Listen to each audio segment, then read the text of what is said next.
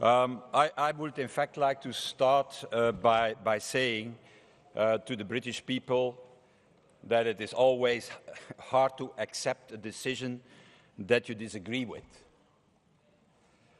But we have to accept it. Their choice was clear and need to be respected. At least on that, I think the more than 700 members here can agree. So it's in my feeling, not so much the choice that they have made that is hard, because, let's say it, choice that is the essence of democracy and of our democracy. What makes it so hard for me, and I think also for the other group's leader and for everybody here in this House, is the way it succeeded. The absolute negative campaign. The posters of Mr. Farage showing refugees like in Nazi propaganda because he copied it at that moment.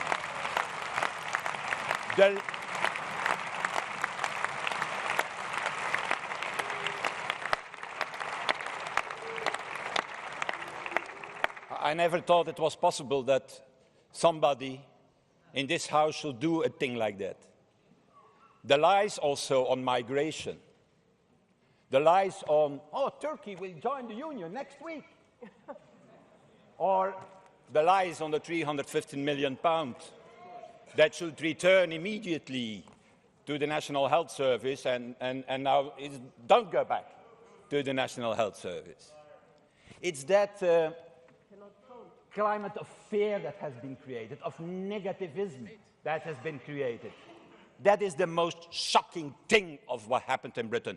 Not the choice of the people, because the choice of the people is democracy. And today, we see the outcome of it, a multi-billion loss in stock market value, a dramatic drop of the pound. It goes down when you speak, Mr. Farage, wait a little bit. Standard & Poor's has downgraded the British currency, and every time Mr. Boris Johnson speaks, the more the British currency slips. So the Brexiteers, and they also here in the House, and Mr. Kamal will tell us, yeah, but it's only a temporary setback. It's only a little glitch. I don't know. I hope for us all it's only a glitch. But what I do know is that we need the fastest as possible to end this uncertainty as soon as possible. That is needed now. And the worst thing that can happen is to continue this uncertainty. Only the immediate evocation, I think, of the procedure for a clean separation as foreseen in the treaty can end what I call the toxic climate that have been created since Thursday of last week. A toxic climate that is bad for business, bad for investment, bad, Mr. Farage, for all hard-working, ordinary, decent people. And triggering the so-called Article 50 is not a punishment. What we are talking about for those who voted to leave, it's quite the opposite, I should say. It is respecting their choice if we do so. But it is an act against the bickering of the Tory leadership for the moment and against the selfishness of one man who is ready to do everything, even to sacrifice the voice of 70 million British citizens and the interest of 60 million other citizens to become Prime Minister of the UK, or should I say, Prime Minister of the dual kingdom of England and Wales for the moment. So we both, and I say to those, the British representatives, our colleagues here, we both, Brits and Europeans, cannot afford to be stuck in limbo. Let's be honest. Mr. Kamal said, yeah, we need to negotiate, we have to prepare ourselves. Prepare ourselves? Prepare ourselves? The Leave camp is adrift for the moment. Lost, rudderless. Mr. Kamal is voting for a Leave, and his colleague from the Polish delegation asked for a new referendum in Britain. Is that the certainty we need? So we, colleagues, the 27 other members of the European Union, should not wait for a disoriented Tory party to get its act together.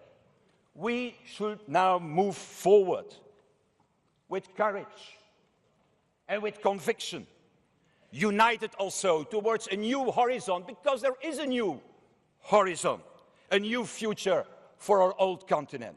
And to succeed this, Mr. Chairman, I can tell you, and I will say to all colleagues, we don't need a lot of imagination. You know what we need? A healthy memory. A healthy memory to return to the big and great ideas of our founding fathers. There is what we need. And today that is very clear what it means. What it means, Jean-Claude. It means 4 things. We need an effective European government for the Union and for the Eurozone. Let's make it. We need a European border and coast guard to safeguard the free movement of our people. We need a European capacity to fight against terrorism and transnational crime. And we need, I think, also the fastest as possible a defense community, as the Americans are no longer prepared to pay for the free riders we have become so long time ago. So we need one thing, not to start informal negotiations, preparing ourselves. We need to show to the people of Europe that we are capable of building a new and better Europe, a union that can really address the many crises that face. In short, and I conclude, let us do for one thing, a thing that is un-European and exceptional. Let us use for once this opportunity. I said, Mr. Chairman, the power of this House, the cradle of European democracy, to put Europe back on track. And let's not wait to do it.